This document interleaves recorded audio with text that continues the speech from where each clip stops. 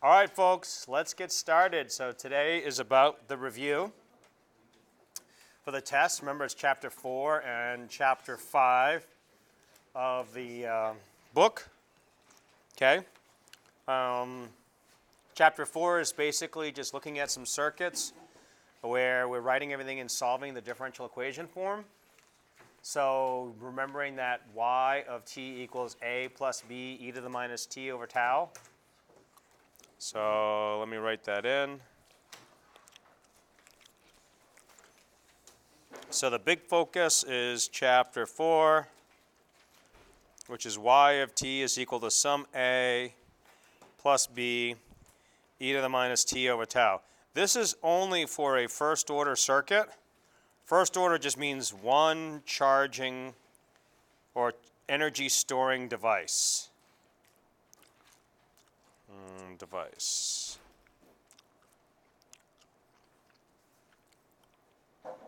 Okay? It does not work if you have more than one, right? Because what we're going to learn when we move on to Chapter 6 is you can actually have charging devices that actually have poles that are complex. So we've done a lot of work on that in Chapter 5 to figure out how to handle complex poles. Well, in many cases, when you do real-world tuning, you actually tune the system so that you get what's called an underdamped response, and the only way to get an underdamped response is to have a set of complex poles. This one only has one pole, okay? One single charging device. If you have, what is A? Do you remember what A was equal to? What's B?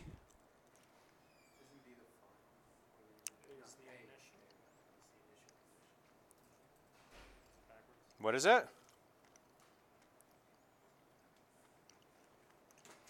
So let's just look. So remember how we try to make things make sense in this class? Let's just look at A. If t approaches infinity, what happens to e to the minus t over tau?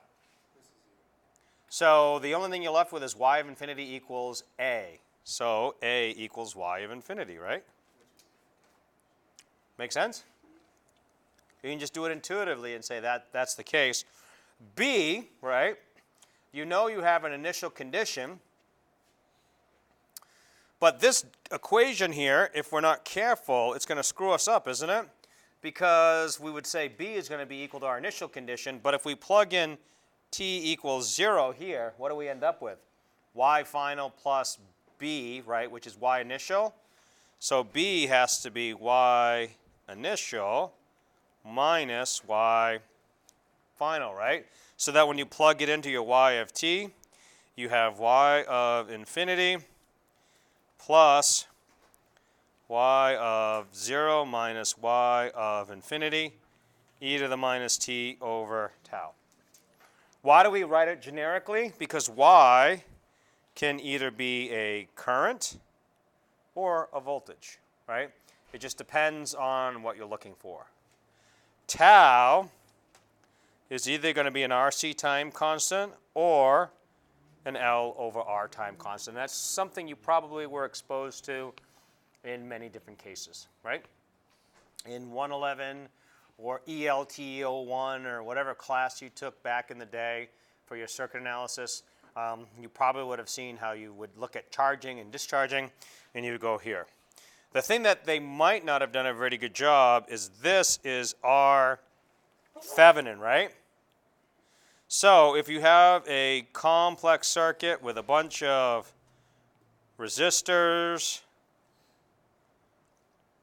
etc., and you have one capacitor, the way to solve, or one inductor, the way to solve for this particular circuit is to Thevenize it, replacing everything with its equivalent internal impedance. In the case of a voltage source, it's a short circuit. And open circuiting the capacitor, right, or the inductor, whatever you're looking at. So you're always looking at the Thevenin equivalent seen by the resistor or the capacitor, which if intuitively that doesn't make sense to you, let's talk about that. Because remember, the resistor or the inductor, the capacitor or the inductor has to either charge or discharge through the circuit. So it only makes sense that the resistance seen by that charging device is the Thevenin equivalent resistance, right? Because that's what the that's what the inductor, the capacitor actually sees. Okay? So you don't have to necessarily remember how to do all the stuff where we did the derivations, where we had some generic equation. If you remember, we had some I of t. We knew if it was a first order differential equation, it had to have e to the e to the minus t alpha plus some constant k. Do you remember how the work that we went through and solved for a, alpha, and k? We did initial conditions and final conditions to solve for all that stuff. So you don't have to necessarily focus on that, but understanding how to do this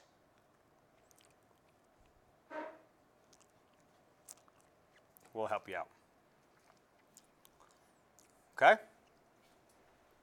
And that's the highlight for Chapter 4. Chapter 5 is Laplace. So the key focus of Eet324 is introducing you to Laplace.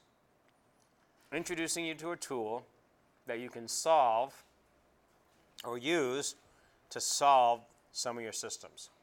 And as engineers, we use the easiest, best tools that we have, which is Laplace. I showed you the approach to take the Laplace transform of any function f of t.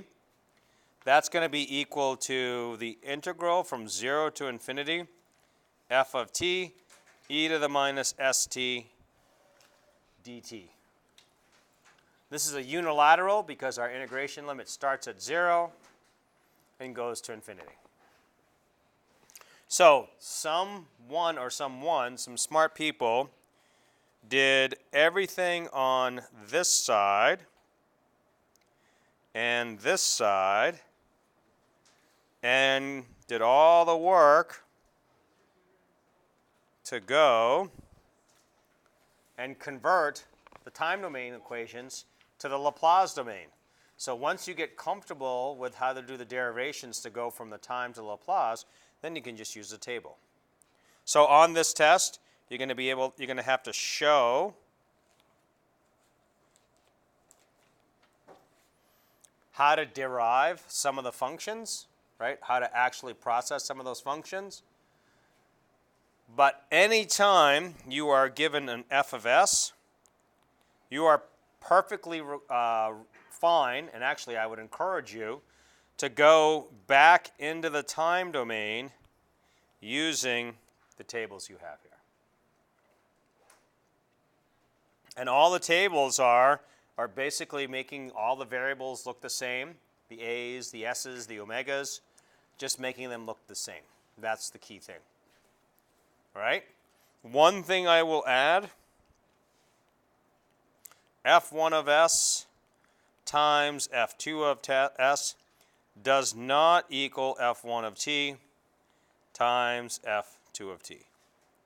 However, f1 of s plus f2 of s does in fact equal f1 of t plus f2 of t. So that's why we did all this partial fraction expansion, right?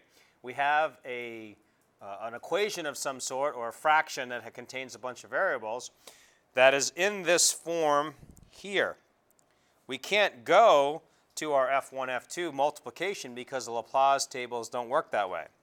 So if we can convert through partial fraction expansion here, this is perfectly valid, the f1, f2. So the whole approach about doing partial fraction expansion is required because we cannot multiply. And let's see. So we've done a number of cases where we have our functions, right? So we know that f1 of t is going to be equal to f1 of s. K times f1 of t is equal to k times f1 of s. And f1 of t plus f2 of t equals f1 of s plus f2 of s. These are some of the mathematical properties that we're doing. This is the baseline one we have here. This is multiplied by a constant. And this is adding the functions together. Okay? The next one we'll do is f1 of t derivative, which is going to be s f1 of s minus my initial condition, my f0. If I'm going to integrate f1 of t, that's the same thing as f1 of s divided by s. So again, the whole reason why we do Laplace is because of these two steps right here. We have so much work with partial fraction expansion to get from point A to point B. It's much, much easier for us. Well, there's so much work. The reason why we do that is because it's worth the effort so that we don't have to solve differential equations. Our friends in the math department may disagree with us, but most of engineering has worked this way for many, many years. Okay? So we'll be doing that.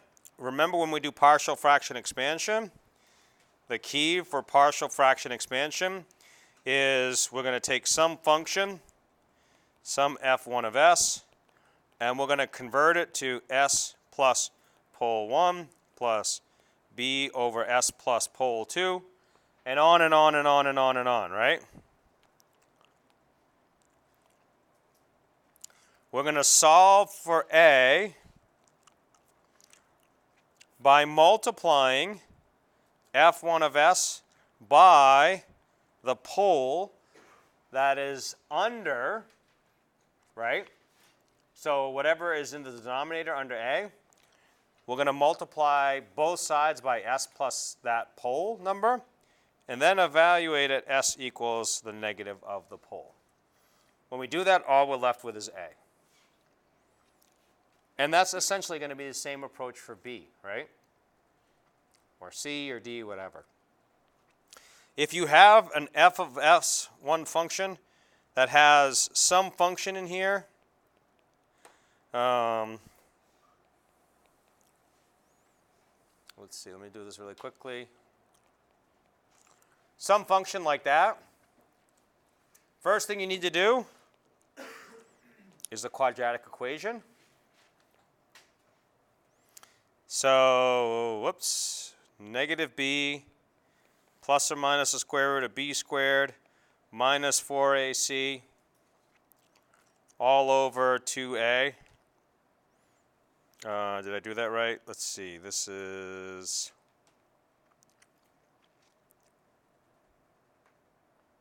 I think this should be 11. Sorry.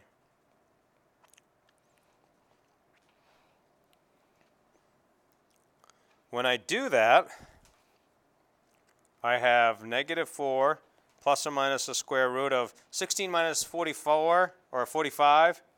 No. 16 minus 44 is what?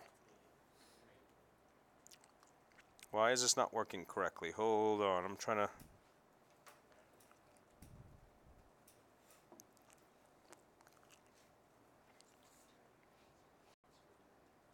Hopefully I didn't screw that up. This is actually wrong. This is not 9. This should be 13. Try that again. And when I do that, this is just an easier number to work with. So that's 40 or 52.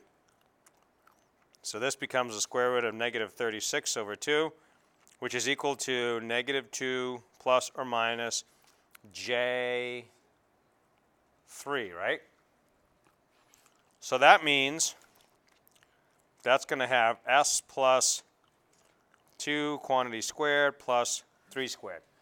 So this one doesn't have a root that can be expanded any further, right? Because I have to have two complex conjugate pairs. That's the other thing too. You'll always, always, always have complex conjugate pairs. When I say complex conjugate pairs, that means that your imaginary term is going to have a plus and a minus. It's going to be the opposite of each other. But because of that, this can't be factored down anymore. So what you're going to do is you're going to look at the table.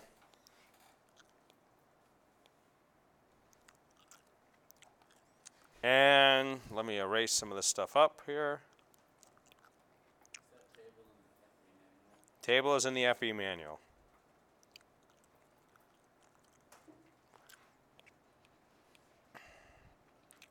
So inside the table, you will notice, whoops, I didn't go far enough, that I have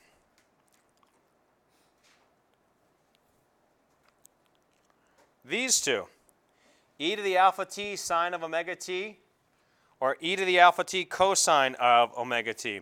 What I'm going to do is not use this one, because notice I have to have an s minus omega in the numerator. This one is much easier because all I have is that omega term. So it's much easier and much more efficient to do everything as a sine wave when I do partial fraction expansion. Otherwise, I would have to go back to my original problem description here, right? And when I do this, I'll have to have some sort of an s term up here, right? S plus 2. I don't want that. That's too much work. If I just put a 3 up here, I get a sine wave, right? So just doing things in terms of sine waves makes things so much easier. I don't have to worry about that s term. Most of the time when you do partial fraction expansion, you want to do as little as possible to the numerator other than setting it up in some sort of a form like this. Okay? That'll save you a lot of time and effort. All right, questions on that? How to do complex poles. If you're stuck, just do the quadratic equation. You will note too that your TI will actually do root finding for you. You can try solve or figure out how to do the solve function first in your TI. If that doesn't give you results, you can do C-solve, which is complex solve. That actually has the ability to do complex numbers. So your TI, at least the 89s, I don't know about the other models, you can actually do C-solve to solve for complex functions. If it's not a complex number, it'll just say 0 in the J term or the I term. And then you can just ignore it. So you can always go to C-solve if you need to. The last one we did, which is if we have multiple roots,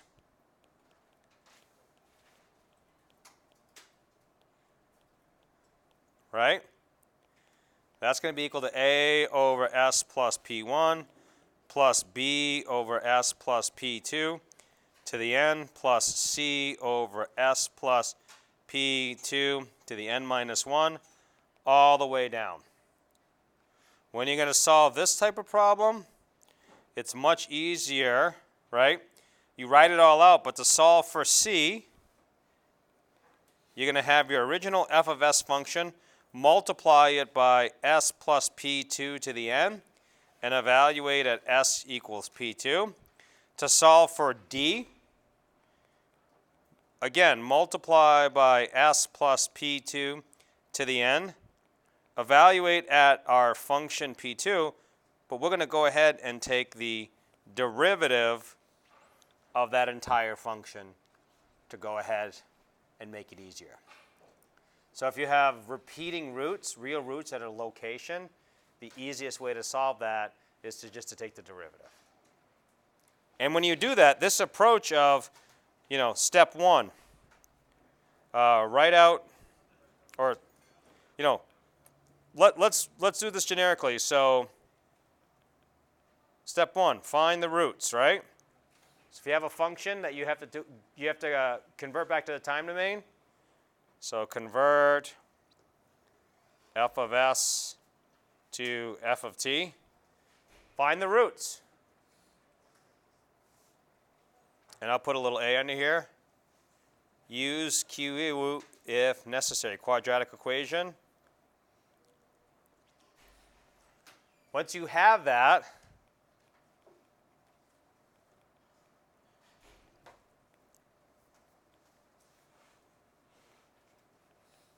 set up in fully factored form.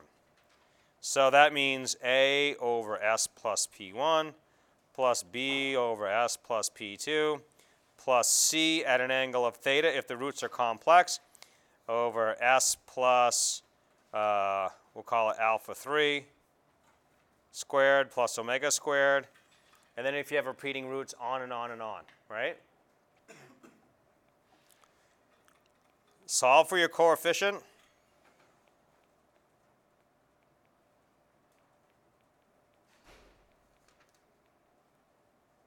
By multiplying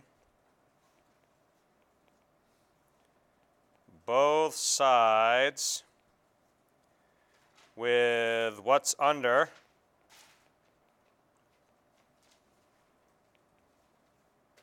the coefficient you're solving for. Don't like my handwriting? Yes, sir.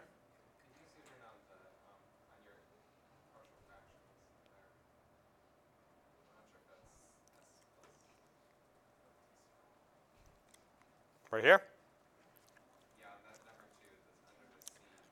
S plus alpha 3 squared plus omega squared.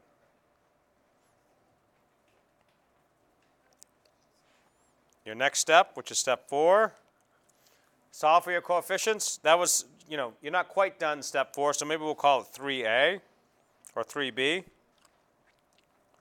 So we'll call this A and 3B. So 3B at this point is you've multiplied both sides, evaluate at the root, right? So we'll put a little subset here. If complex,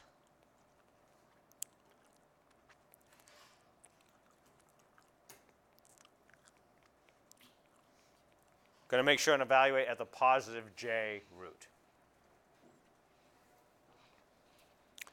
This next step is 3C. So my next step is if you have repeating roots,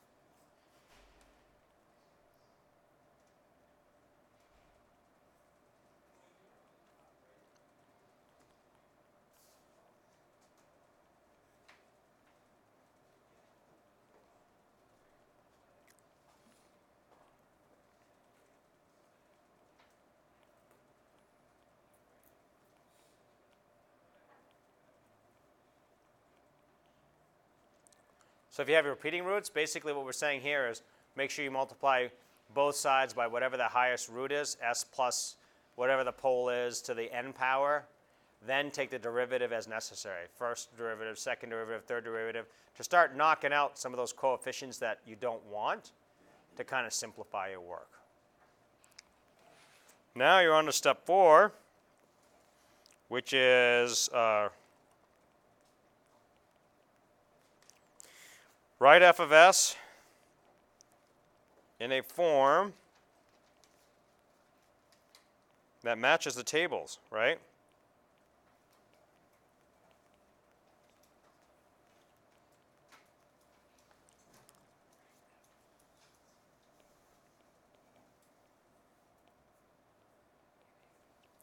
You're just trying to make the functions look like the table.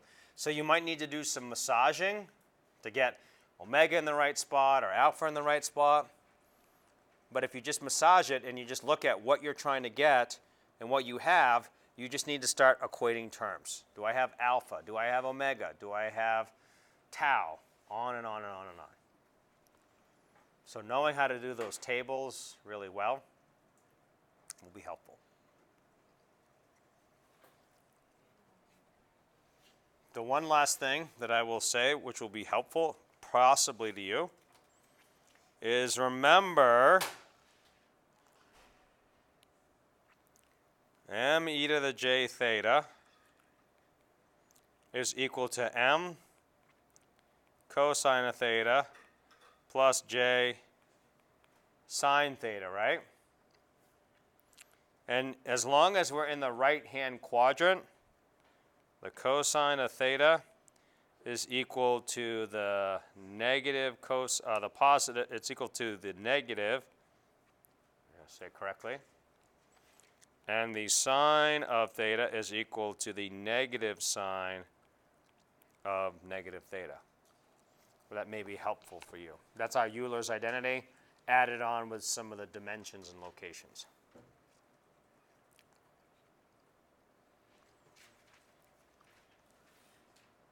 So that's kind of my spiel of doing the prep. What questions do you have for me, if any? Hold on. It's hard to hear you. That's okay. Pardon? Yes, it's in the FE review manual. I encourage you to take a look at the FE review manual. Page 39. That may or may not be the most current one, I don't know. But it might not be page 39 for yours. Just make sure you know where to find it and that you're comfortable with it, because what they use in the book is slightly different. Just be aware that, like in this table that we had here, we had A and B, right?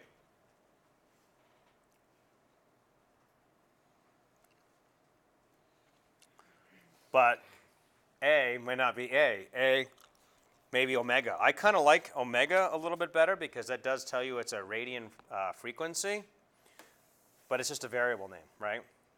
I mean, depending on how you were exposed to it or what language, is your primary language, omega may not be the language, the term that you use. I don't know. Some maybe call it velocity. I thought that radians per second, the omega term, was a pretty standard one, but I don't know. I don't know how other languages present it or whatnot. So,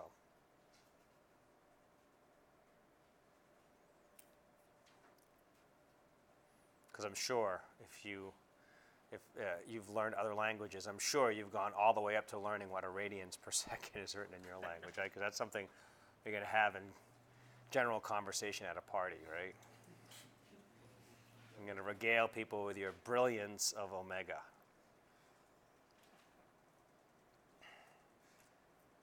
So this is, like I said, it's a very important chapter, understanding how to do this, because you will do this a lot. And you'll have to do partial fraction expansion for the rest of the semester. You're going to be doing it left and right. And if you're currently taking differential equations, if they do cover Laplace, which they're supposed to, you'll be seeing it a fair amount there. So hopefully this will give you a leg up.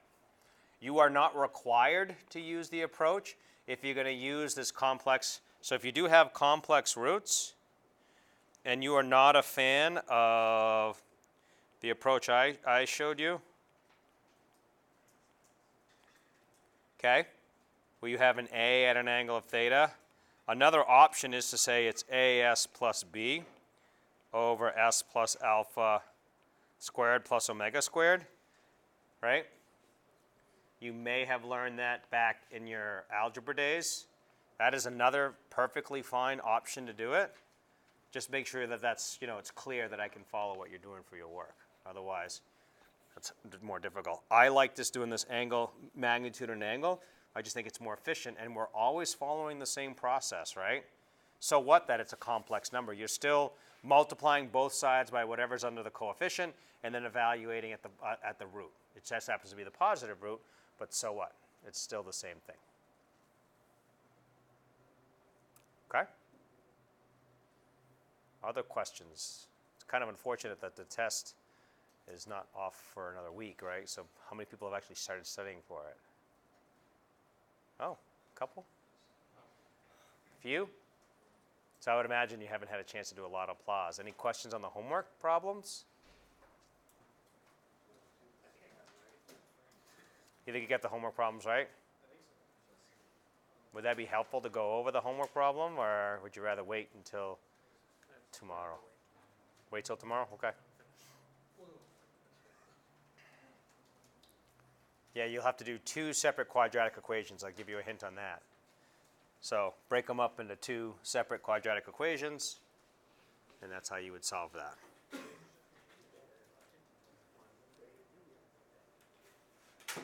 What else?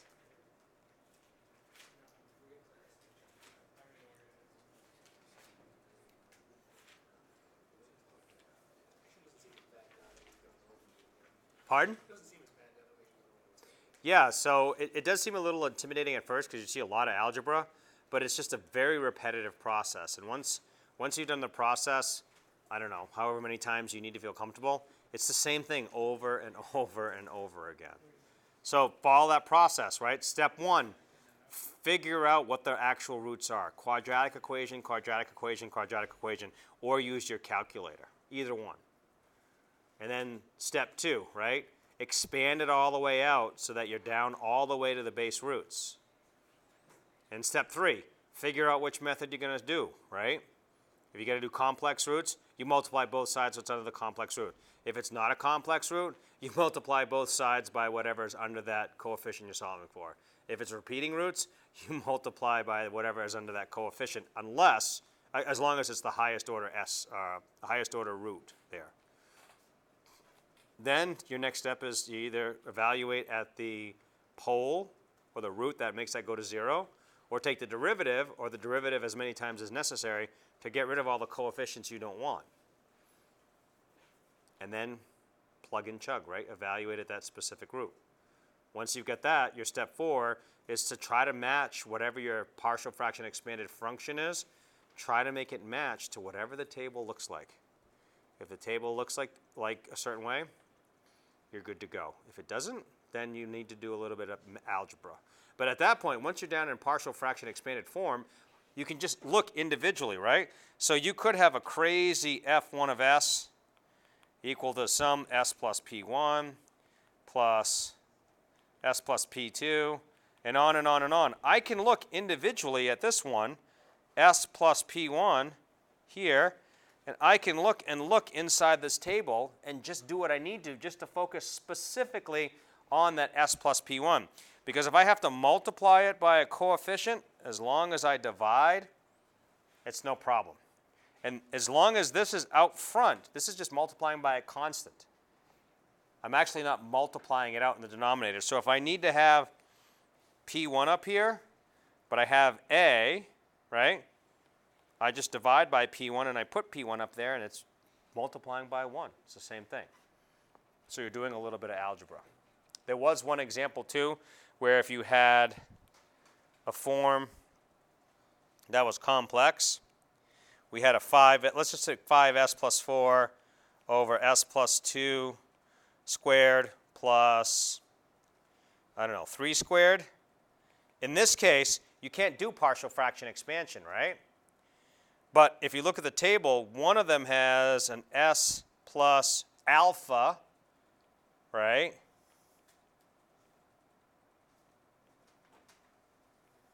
And then the other one has a 3 over s plus 2 squared plus 3 squared. So you can see this is 5s plus 4, right? So if I factor out 5, I have s plus 4 fifths. I need s plus 2 over here, right? I have s plus 4 fifths. So I need to steal s plus 2. So this just becomes 5 times s plus 2. What happened? I have a plus 2 in there, right? I got a 2. So how do I get rid of the 2 that I just added? I can subtract 2, right? Correct? And then I need this term right here, this s plus 2. This right here becomes negative 10 over 5. So that becomes 5 times s plus 2. Minus 10 fifths plus 4 fifths is minus 6 over 5.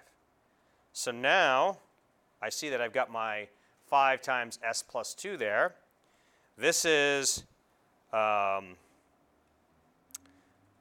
times, so this is negative 6. I need a 3 over here, so I just divide by 3. So all I did was a little bit of fancy math to give my results or get my results to work out.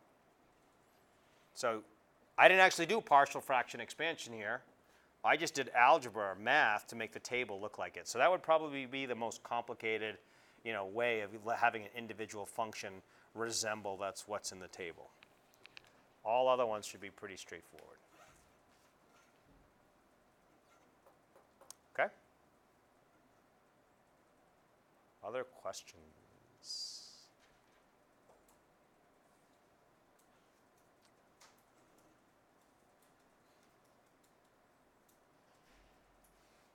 It's your review time, so we've been going for 35 minutes. I started class early, sorry. Give you more than what you paid for. For the circuit analysis equations, you want us to come up with the y or the yt equals the a plus b. Yep. So I would give you a circuit, and I'd say, give me the equation that solves for v of t for this particular circuit.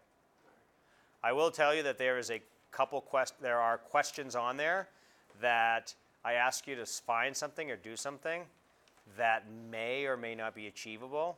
So what I'm trying to get you to do is not just sit there and plug and chug. I want you to think, hey, wait a minute, this doesn't make sense.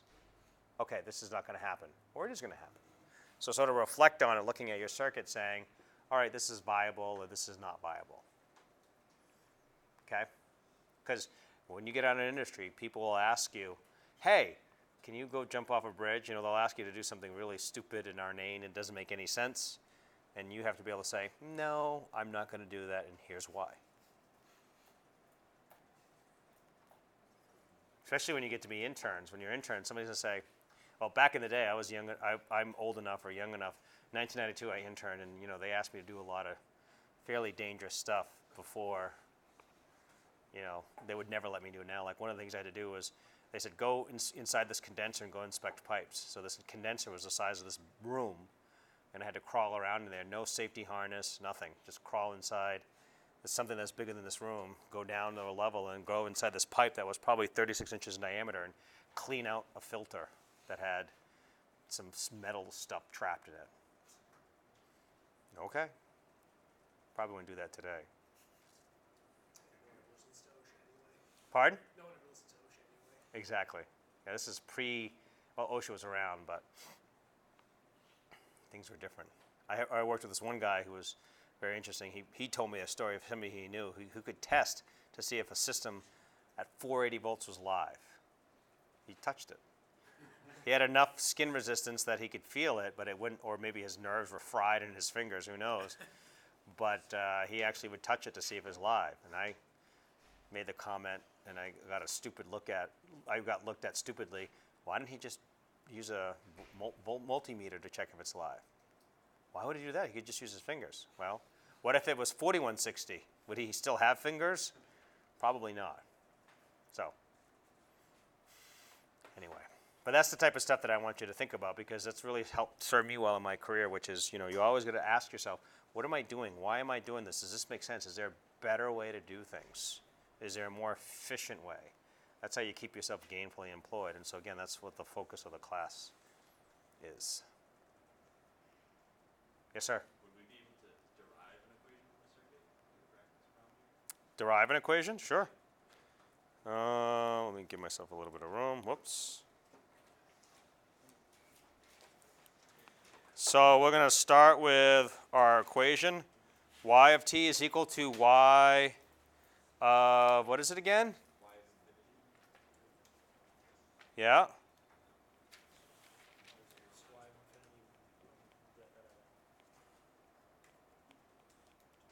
You want an RL or RC circuit? RC, I heard Christina say first, so let's say, and it's got to be a DC circuit. It can't be AC, because AC you don't ever get it charged up. So this is 3 ohms. This is a capacitor. We'll call it a 2 farad and a 1 ohm resistor. So the first thing we can do is we can either specify initial conditions or not. Let's just specify that it has plus or minus 1 volt here. And let's say that we're looking for VC of t. All right? So VC of t, we know what V of 0 is. It's 1 volt. Why? Because the voltage drop can't change instantaneously in a capacitor, right? Has to stay the same. What does V of infinity look like? Well, once the capacitor is fully charged, it becomes an open circuit, so we have 12 volts. So we know what V of 0 is, we know what V of infinity is. Now we need to solve for tau, which is just R times C. R Thevenin times C, right? If you get confused, just write down R Thevenin. So the Thevenin equivalent impedance seen by that capacitor is,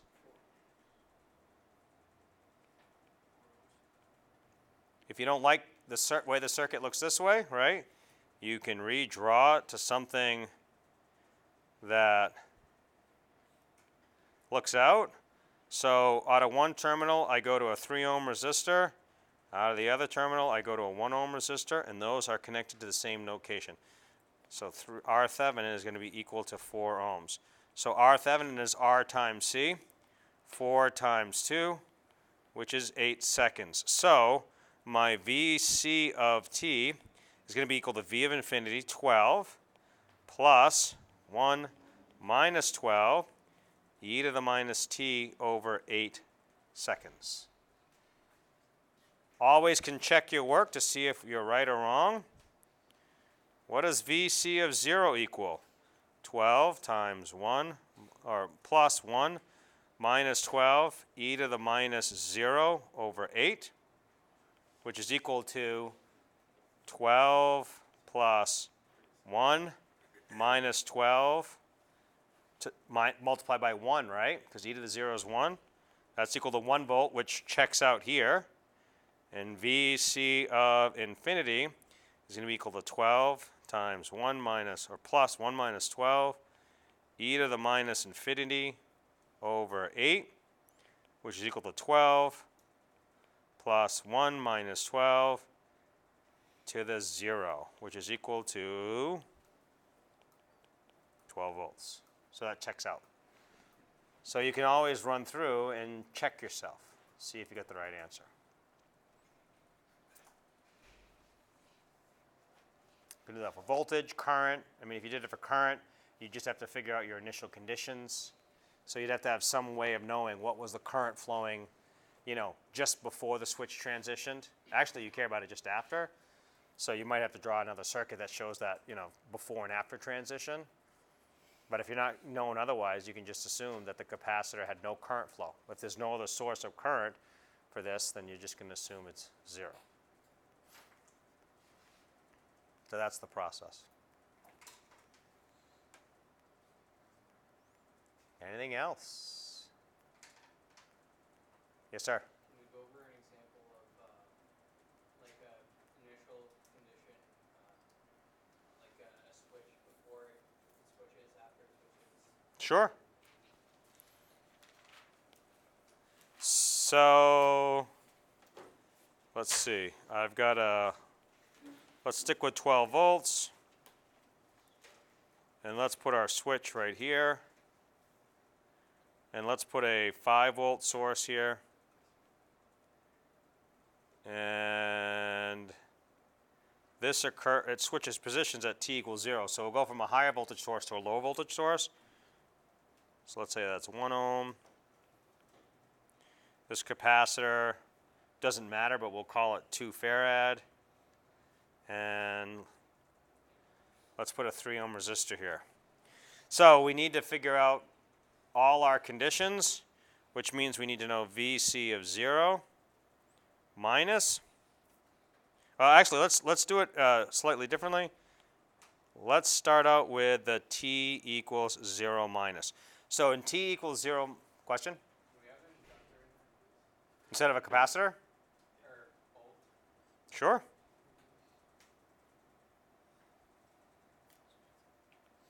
How's that? So T0 minus, we're going to draw our 12 volt, 1 ohm. What does the capacitor look like in steady state? It's an open circuit. What does the inductor look like in steady state? Short circuit. So VC of 0 minus is going to be just a voltage divider, right? It's going to be the same as a 3 ohm resistor voltage. So it's 12 times 3 over 1 plus 3. IC of 0 minus is equal to 0. VL of 0 minus, because it's a short circuit, is 0.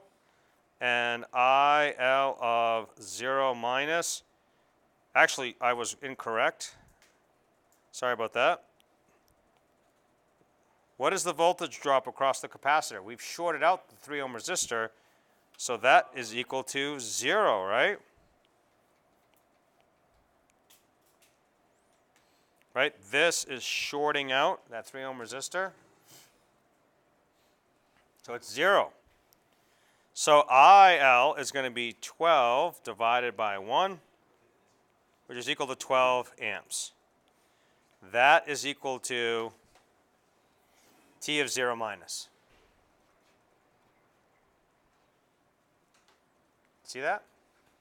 Yeah. The first one, you did the inductor first, right? For 0, it would be 0 volts for the inductor. Well, the inductor is shorted out, right? Yeah. So it's always 0 volts. And it also happens to short out the capacitor too, because it shorts out the 3 ohm, well, it's in parallel with the 3 ohm resistor, which is in parallel with the cap.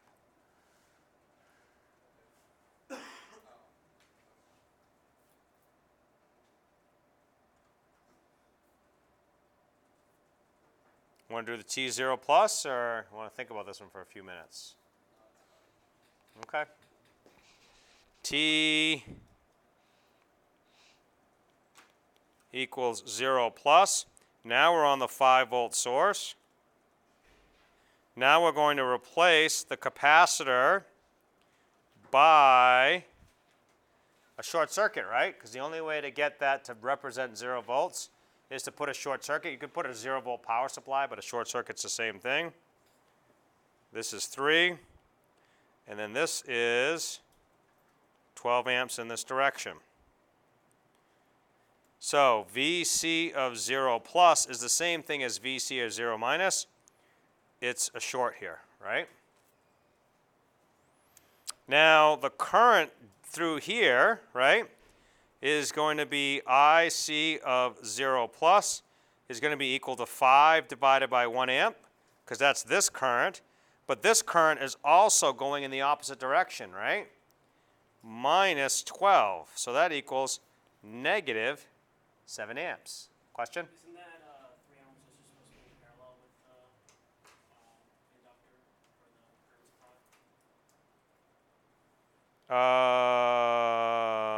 supply? Yes. Yeah. Oh, you're right. Yep. Sorry about that.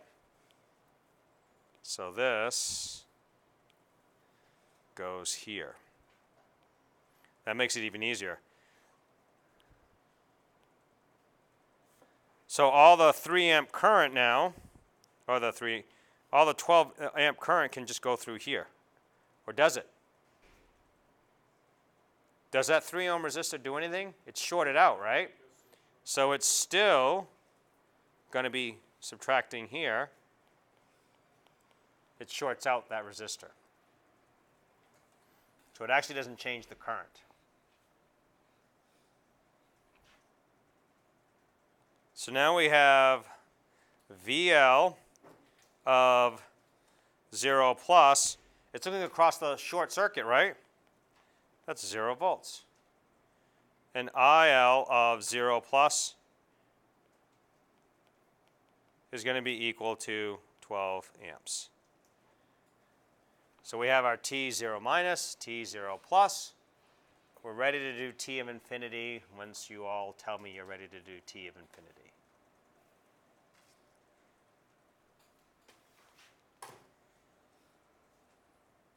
Ready to go? Okay. So T of infinity, this is T equals infinity. I have my 5 volt source, my 1 ohm resistor, my capacitor is replaced by an open circuit, 3 ohms. Oops. Put that down here.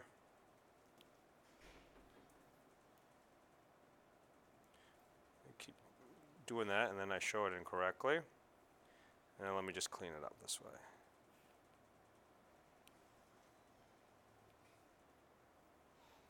Three, and then the short circuit. Okay, so again, that 3 ohm resistor is shorted out. So VC of infinity is equal to 0.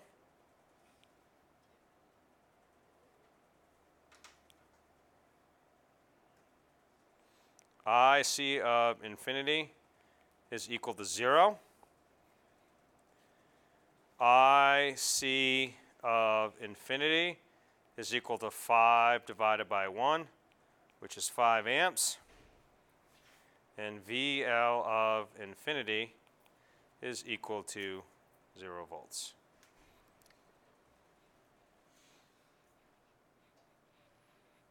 So again, this is just a process, right?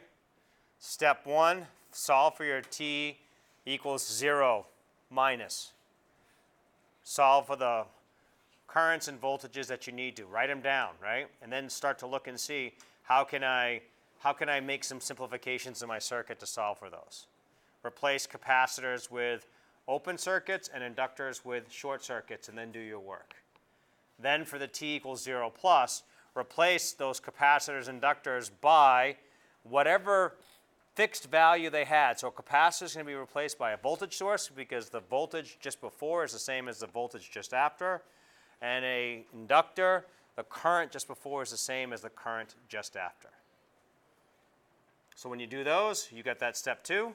Then step 3 is go ahead now and show everything's fully charged on the new power source. I think I forgot to mention that on step 2, which is to make sure you show the switch transition to the new source. Kyle. So if you wanted us to create an equation for like either voltage or current on this, would we use T0 plus values in order to... T0 plus values, very good. So if you're going to look for the V of T equation, you always have to use your T0 plus values, right? Because 0 minus, the time hasn't happened. Technically, it's before anything has transitioned. So if I'm looking for something prior to that, that's different than saying, okay, here's the circuit, tell me what it looks like after something has changed. Not before, but after. So you'd always use the 0 plus. So if you're going to write an equation for for y of t, your y of t equation should be equal to y of infinity plus y of 0 plus, and you can highlight that there, minus y of infinity e to the minus t over tau. It may not be as obvious too, but your time constant only applies to after the switch has transitioned, right? So that's only of the new circuit, not of the existing circuit. And that would be for the same for tau, you'd be using the R-Thevenin for... The new circuit, yep, yep.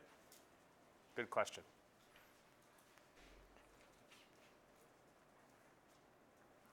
What else?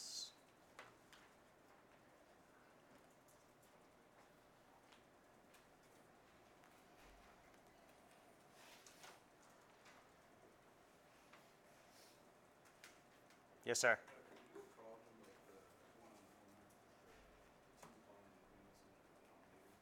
I couldn't hear you.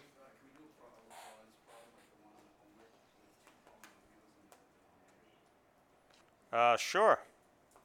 If I can get this to work. So if I have an f of s equal to s squared plus 3s plus 2, that's not the same one that I had, is it? I don't think so.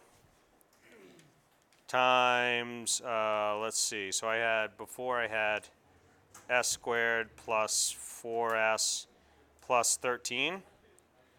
So the first thing you need to do, and let's say it's a 2 in the numerator. Is there a reason it's not? Oh, okay. There it is. Never mind. It showed up. What? It was lagging. It wasn't doing anything when you were. Oh. I hope it's not the computer. So we're going to do 2 quadratic equations. The first one, negative b plus or minus the square root of b squared minus 4ac all over 2a, right? So it's negative 3 plus or minus 1 over 2 which is equal to -2 and +2. No, -2, -3, -2 and 1, right? -2 and -1. That's the first one. And the second one, we have -4 plus or minus the square root of b squared minus 4ac all over 2a, which is -4 plus or minus j6 over 2, which is -2 plus or minus j3. So my f of s function is just going to be equal to 2 over s plus 1 times s plus 2, because I'm taking the negative of the roots here, right? Because if I plug in -2 into this equation, that evaluates to 0. -1 into this equation evaluates to 0. When you have complex roots, as in this case, you're going to go s minus the real part, so minus a -2 becomes +2, squared, plus the omega term squared. And that's going to be equal to a over s plus 1 plus b over s plus 2 plus c at an angle of theta over s plus 2 squared plus 3 squared. Do you want me to actually solve for the a, b, c? Well, I don't have a calculator, so I don't know how effective this will work. But how about I give you the terms and then see if I can figure out how to do them. So a is going to be equal to 2 over s plus 2 times s squared plus 4s plus 13, evaluated at s equals -1. So let's see, that's 2 over 1 times 1 squared minus 4 plus 13. So -3, 10, so that's 10. I think that's the problem with doing the algebra over on the top of your head. Let's do b. b is going to be equal to 2 over s plus 1 times s squared plus 4s plus 13, evaluated at s equals -2. So that's 2 over, this is -1, 4, -8 plus 13. So let's see, that is 17, that's a +9, -9, I think. And this one I will not be able to do off the top of my head. Equals 2 over s plus 3s plus 2, evaluated at the positive root, which is equal to -2 plus 3j. And I can't do that on the top of my head. So if anybody have a calculator, they can give me that value. This is s squared, sorry. If you don't have a calculator handy, you can do that for practice after.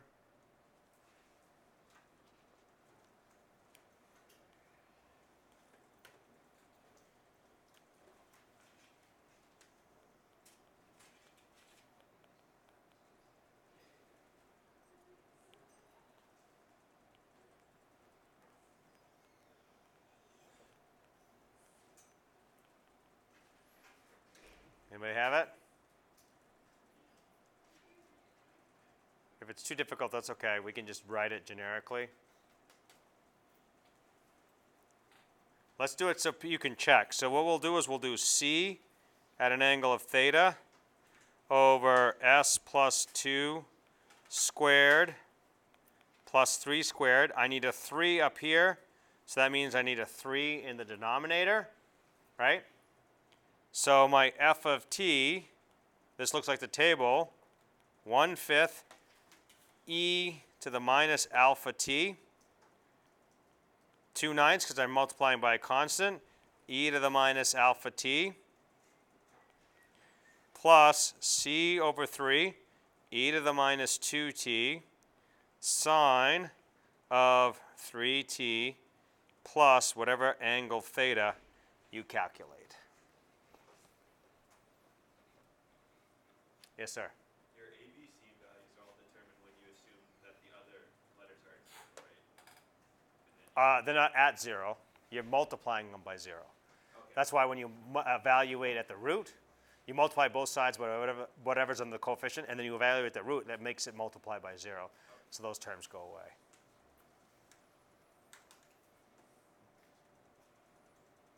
Yes, sir. Value that you get. No, you can check it.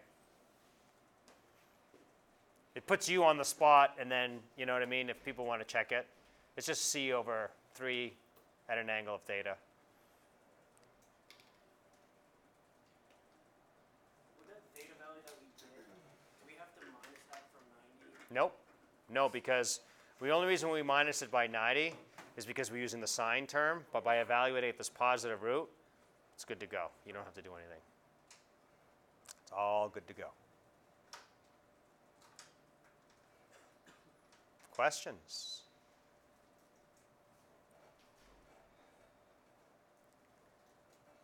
Anything else? Going once? Twice?